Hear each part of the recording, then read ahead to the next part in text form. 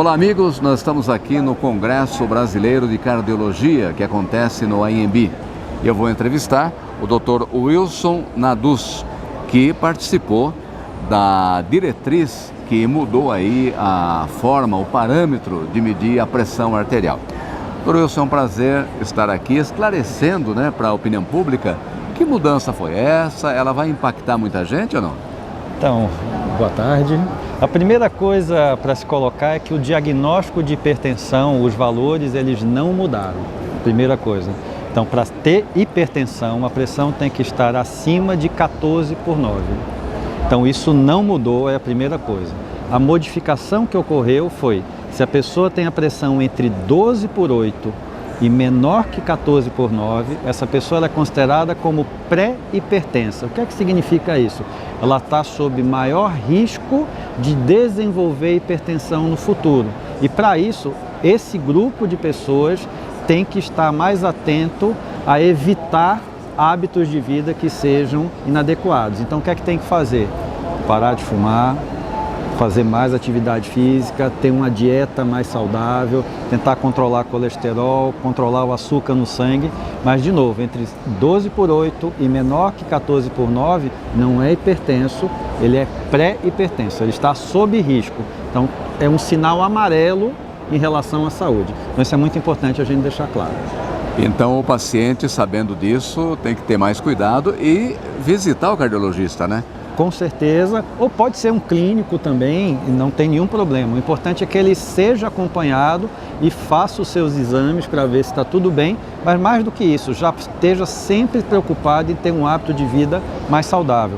Além de tudo que eu falei, principalmente controlar o peso também, que é uma coisa muito importante, já que a gente está vendo a pandemia de obesidade, Então, todas essas medidas que eu falei são importantes, não só para o paciente com hipertensão, mas também para essa faixa de pré-hipertensão que a gente levantou.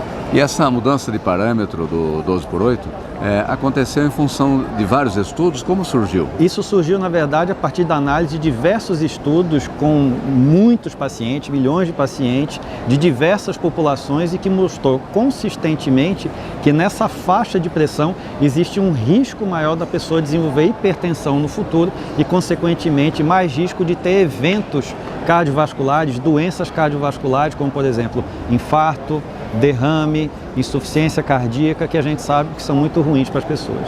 E em relação às mulheres, existe alguma situação específica, cuidados complementares em relação ao homem? As mulheres, elas têm que seguir mais ou menos o mesmo padrão, então não há tanta diferença em relação a isso, embora a diretriz já tenha um capítulo dedicado às mulheres, mas assim, é lembrar que as mulheres, elas também estão sob muito risco cardiovascular, assim como os homens. Antigamente achava-se que os homens sempre tinham um risco maior que as mulheres, e o que a gente está vendo hoje é que as mulheres estão envelhecendo também, assim como os homens, elas vivem mais do que os homens em média, e com isso elas também estão terminando tendo mais risco cardiovascular com o decorrer do tempo. Então a gente tem que ter uma atenção para as mulheres da mesma forma que durante muito tempo só se teve aos homens. Não tem que ter essa diferença, a gente tem que ver os dois com muito cuidado.